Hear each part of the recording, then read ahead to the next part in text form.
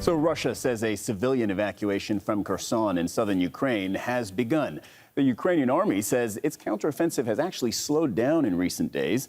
Russian forces are heavily dug in, they say, but Kyiv is preparing for a renewed push towards this Russian-occupied city. Charles Stratford reports now from the frontline village of Shevchenkove.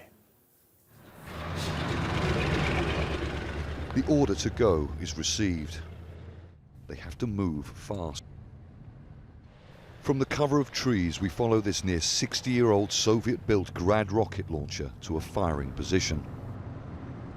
Incoming Russian shells land to our left. 22-year-old Ukrainian soldier Roman lines up the weapon.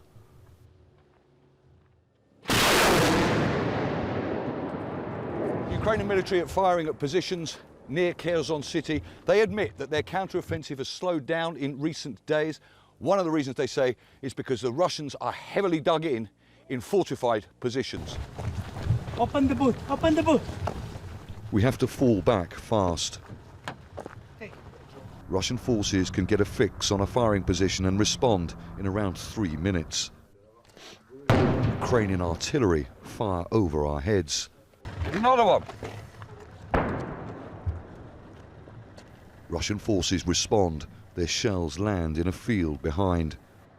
The Ukrainian commander tells us they are preparing for an advance on the Russian-occupied city of Kherson. The fortified positions that the enemy have established are concrete, and they have a minimum of 3 lines of defense. We are in high spirits, but we are lacking equipment to move forward. So we are accumulating the hardware from our international partners. Then we will advance, because we are trying to protect our soldiers and they are prepared for us. The Russian army should not be underestimated. Roman joined the Ukrainian army 4 years ago. A full barrage of the rocket system he operates lacks precision, but can cover an area 600 meters square. Russian forces use this weapon too. When I go into fire, I keep a positive mindset, and I am not afraid, because if we panic, we will not achieve our aim. The hedgerows and tree lines north of Kherson city are full of Ukrainian soldiers and artillery positions. The men here say small Russian reconnaissance teams regularly try and push forward. They are digging new trenches and are ever vigilant for Russian drones above. But hardly a night passes without attacks by Russian missiles or so-called kamikaze drones, killing or injuring civilians in the closest frontline city of Mykolaiv. It's a miracle no one was killed when a Russian missile hit this flower market in the center of town. The Russians expect me to hate them for this, but I fight these feelings. I don't want to feel hate. I have no desire for their homes to be destroyed. But I want all who came here and occupied my country to be killed. A Ukrainian tank heads south towards Kherson, where an evacuation of civilians is believed to have begun. Charles Stratford, Al Jazeera, Shevchenkove, southern Ukraine. Al Jazeera is covering this story from all angles with correspondents on the ground. Mohammed Jamjoom is in Kyiv. Mohammed Val is in Moscow. First, though, let's go to Charles Stratford. He's in Kryvyi Rih. Charles, how close are we to an offensive against the strategic city of Kherson? It's very difficult to tell, but certainly according to the Ukrainian soldiers that we spoke to yesterday, they said that they are indeed preparing for such a push. Of course, this comes on the back of weeks of a counter-offensive by Ukrainian forces from the north and the west of Kherson. We understand that the closest Ukrainian forces to that Russian-occupied city are around about 20 to 30 kilometers away. As you heard in our report there, they're basically taking their time. The commander that we spoke to said that they are busy trying to accumulate as much weaponry as they can, and they are waiting for additional support from their Western backers, that Western weaponry that we have seen to be so important in this counter-offensive. But of course there are huge concerns for certainly what the Russians are reporting to be up to 50 to 60,000 civilians inside Kherson city. And we've seen video evidence of an evacuation possibly already having started from that city. And bear in mind that many of these civilians will not want to be evacuated to the Russian side. We saw huge demonstrations by Ukrainians when the Russians occupied that city in the early stages of the war. So we know there are thousands of Ukrainians that will not want to be taken to Russia. Whether we're going to see any kind of organized corridor and a cessation of hostilities to allow Ukrainians to move out onto the Ukrainian side remains to be seen. The big concern is, though, is how these civilians, if they indeed do want to move or if they are forcibly moved, will get across that river. We know that the Antonovsky Bridge, the main bridge across the Dnieper River south, has been compromised, heavily damaged. And we also know, certainly according to the Russian commander, he's saying that the new Russian commander, Sergei Surovikin, saying that the large hydroelectric dam, which is about 50 kilometers up the river north of Kherson, he's saying that that has been hit as well. Obviously, this has huge implications for supply chains, for Russian troops, but also for food and vital materials for the civilians still inside Kherson, as well as potentially evacuation routes out. All right, Charles Stratford, thank you to you and your team for your reporting. Thank you very much and stay safe. Now let's look at the areas that Russia is struggling to hold on to.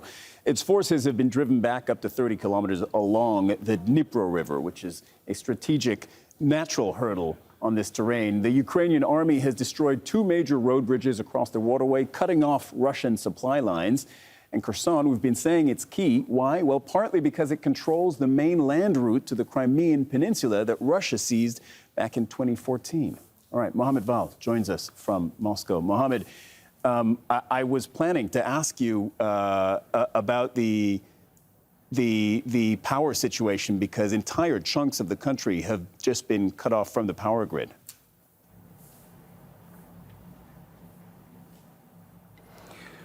Right, Cyril, I think you wanted first to ask me about what's happening on the Russian side, and that's basically summarized in the statements by Sergei Surovikin, the new commander-in-chief for the Russian special operation in eastern southern Ukraine.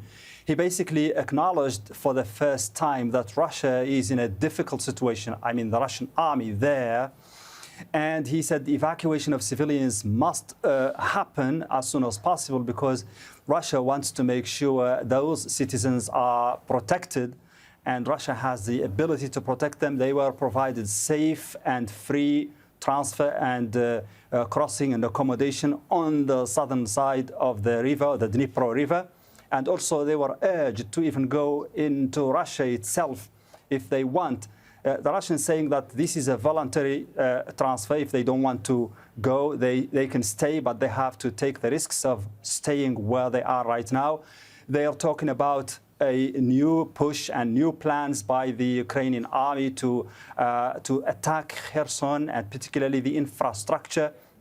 He talked about the dam that you have just mentioned a little earlier, or Charles has just mentioned. That dam has been compromised and it might release water. It's a hydropower dam that might release water, and that could cause floodings that will further jeopardize the lives of those civilians. It's a tough situation. Remember that usually in Russia, it's the Minister of Defense, who gives statements of this type, or the commander-in-chief of all the armed forces. But this man has just been appointed a couple of weeks ago, and this is a precedent that he is giving such a huge statements and remarks about what's happening, and particularly about the difficulties Russians are facing. But he also said there will be tough choices to make and tough decisions to take during the next few days. And understandably, you know, he's known his history in Syria. He led the operation there, the destruction of Aleppo and so on.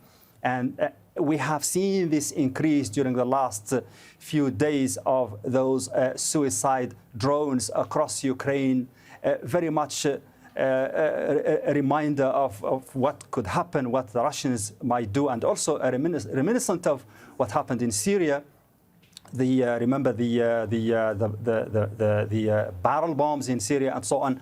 So I mean, he's certainly, from his words between the lines, he's planning something big. But at first, he wants the civilians to be moved away from that area before the Russians take tougher and more drastic measures there.